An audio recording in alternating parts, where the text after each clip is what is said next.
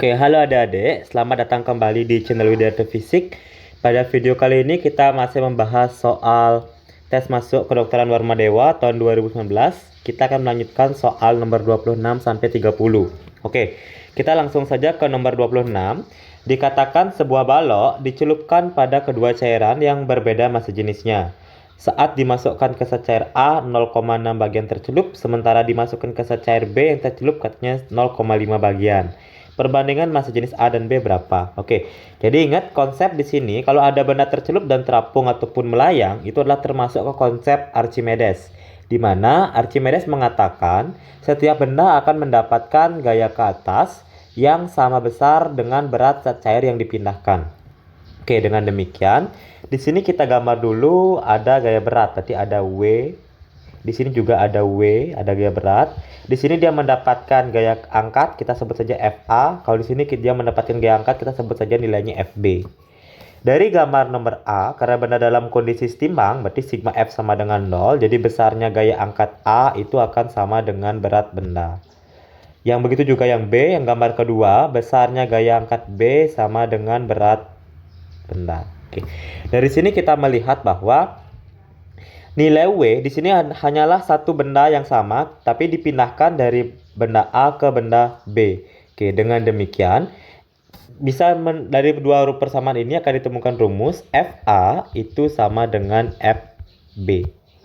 Dengan FA, berarti rumusnya gaya angkat, rumusnya adalah rho dikali G dikali V. Rho di sini adalah rho fluida, karena dia dalam secair A, berarti rho A, rho fluida A, kali gravitasi kali volume yang tercelup dalam wadah A. Di sini berikutnya kalau gaya angkat B-nya berarti rho dikali G juga dikali V juga. Rho B-nya gunakan rho zat cair B, gravitasi kali volume celup dalam wadah B. Gravitasi habis dicoret. Rho A mau dicari, biarkan rho A. Nah, terus katanya tercelup pada secair A adalah 0,6 bagian. Nah, berarti 0,6 kali V. Sementara rho B, jadi biarkan rho B yang tercelup dalam secair B katanya 0,5 bagian, berarti 0,5 V.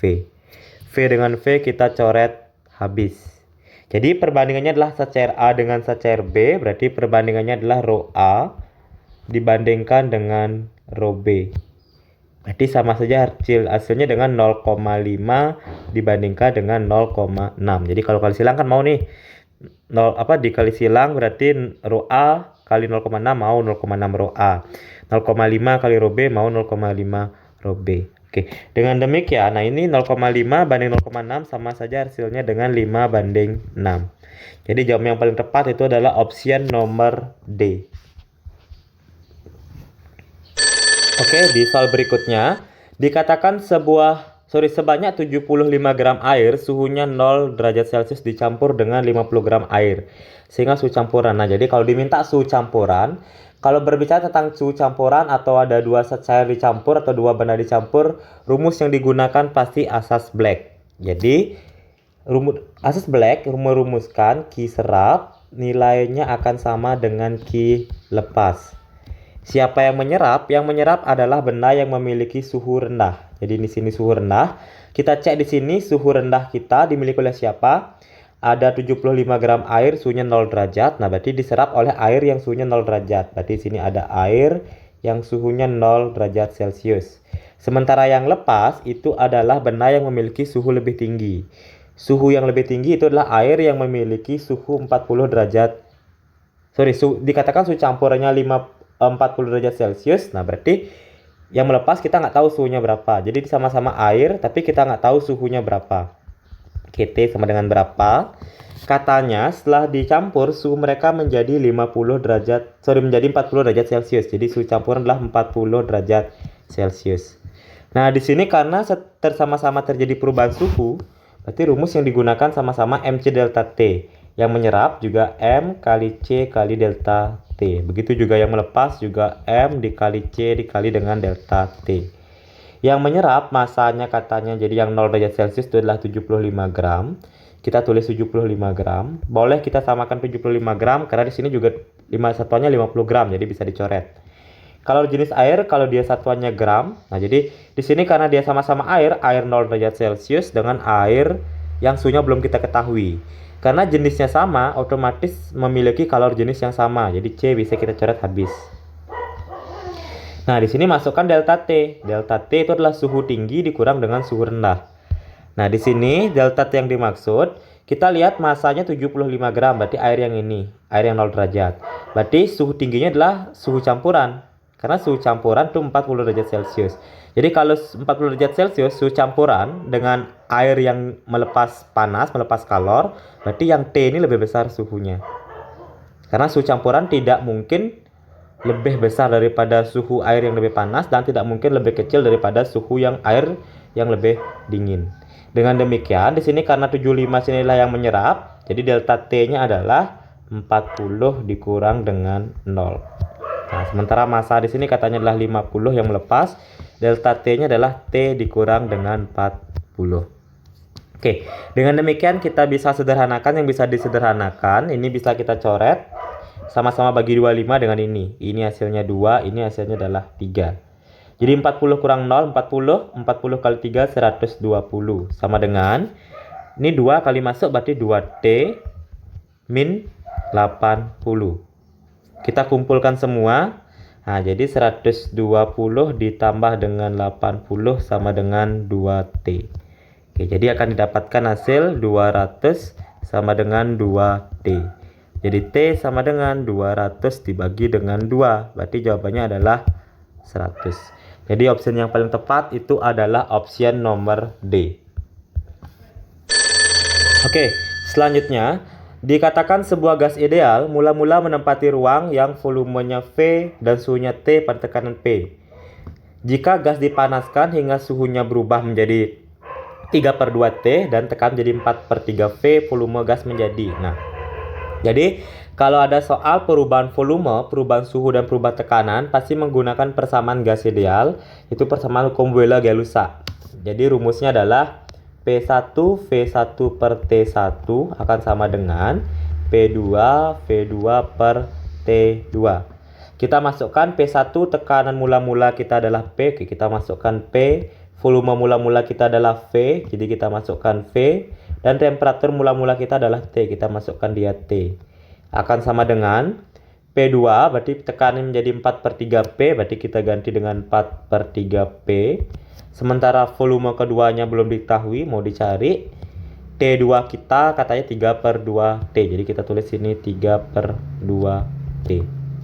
Nah, jadi biar gampang, lebih gampang menyelesaikan, yang bisa dicoret silahkan kita coret dulu. Nah, berarti ini boleh, atau kali silang dulu boleh. Jadi kali silang yang ini ke sini, kali silang ini ke sini. Nah, jadi kali silang jadinya P kali V kali 3/2T akan sama dengan 4/3P dikali V2 dikali dengan T.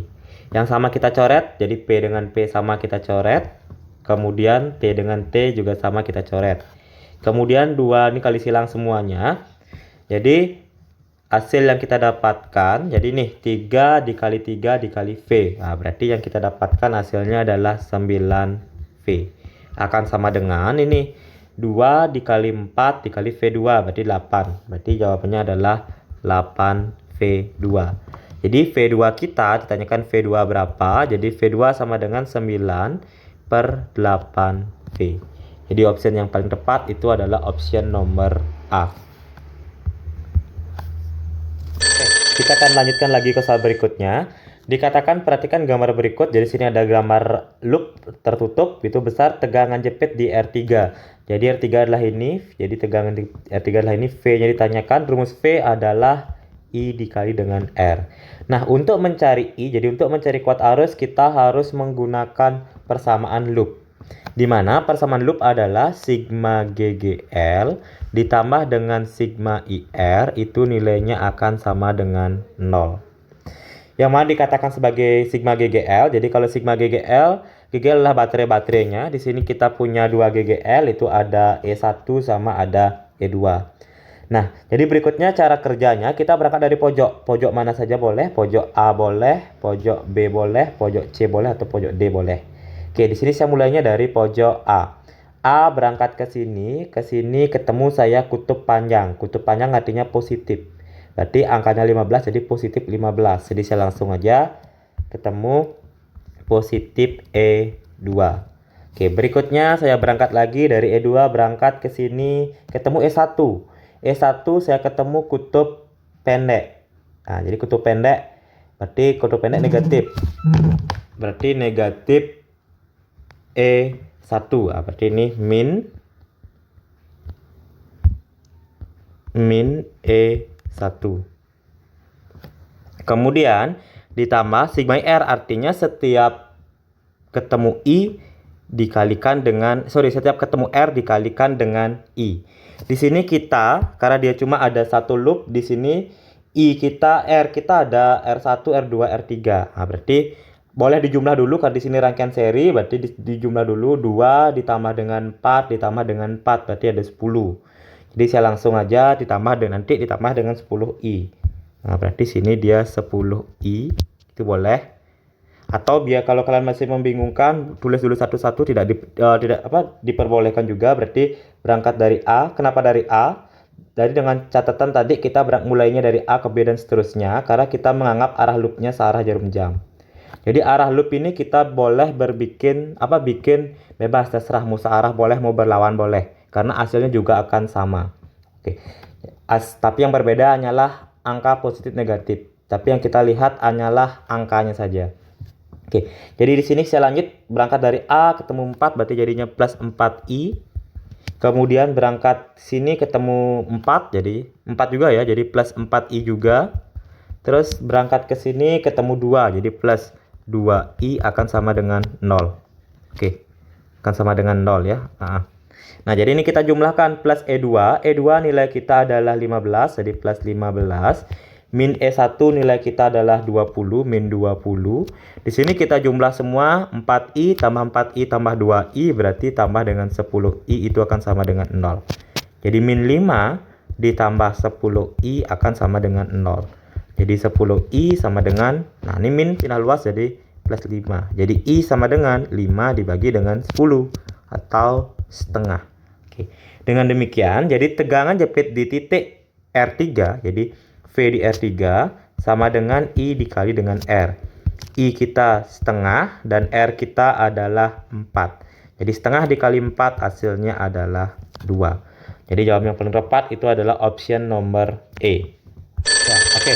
Di soal berikutnya dikatakan data tabel di samping adalah nilai lilitan dan tegangan transformasi ideal. Berarti sini dimaksudlah trafo ideal. Jadi kalau trafo ideal, rumus yang dimaksudkan pada trafo ideal itu adalah NP, jadi lilitan primer dibagi dengan lilitan sekunder akan sama dengan tegangan primer dibagi dengan tegangan sekunder. Nah, di sini saya tidak menuliskan I-nya. Harusnya ada lagi satu di mana I sekunder dibagi dengan I primer. Jadi hanya I saja yang terbalik posisinya. Tapi di sini saya tidak pakai karena di soal kita hanya ada jumlah lilitan dengan tegangan. Oke, jadi yang I-nya kita hapus. Nah, di mana dikatakan di soal itu ada disuruh mengisi nilai X dan Y. Jadi yang di atas ini kita anggap dia trafo 1. Nah, berarti ini trafo 1 atau trafo A, ini adalah trafo B kita anggap. Oke, yang pertama saya akan hitung trafo A dulu. Jadi trafo A yang kita hitung adalah NP, berarti lilitan primer. Lilitan primer di sini tidak dijelaskan, ada N1, N2. Oke, berarti saya anggap yang satu sebagai primer, yang dua kita anggap sebagai sekunder. Nah, begitu di sini juga V1-nya primernya, di sini juga V sekundernya. Jadi di sini adalah 50 per X akan sama dengan tegangan primernya berarti 12 dibagi dengan 24. Oke, coret 2. Tinggal dikali silang, berarti ini 1 kan. X kali 1 X, 50 kali 2, 100. Jadi nilai X adalah 100. Nah, sekarang kita cek nilai trafo yang B. Trafo B berarti yang di bawah ini juga sama, N1 kita anggap dia sebagai N primer, N2 N sekunder, V1 V primer, V2 V sekunder. Berarti dihasilkan NP per NS berarti 100 dibagi dengan 200 akan sama dengan Y per 48. Oke, ini kita coret, ini kita coret. Nah, ini jadinya 1 kali 48, 48 dibagi dengan 2 sama dengan Y.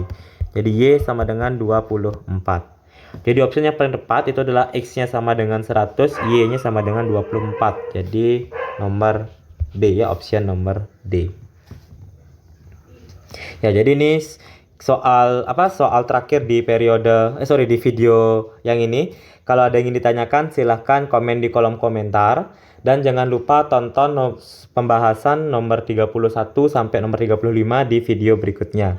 Selamat dan semangat belajar. Terima kasih.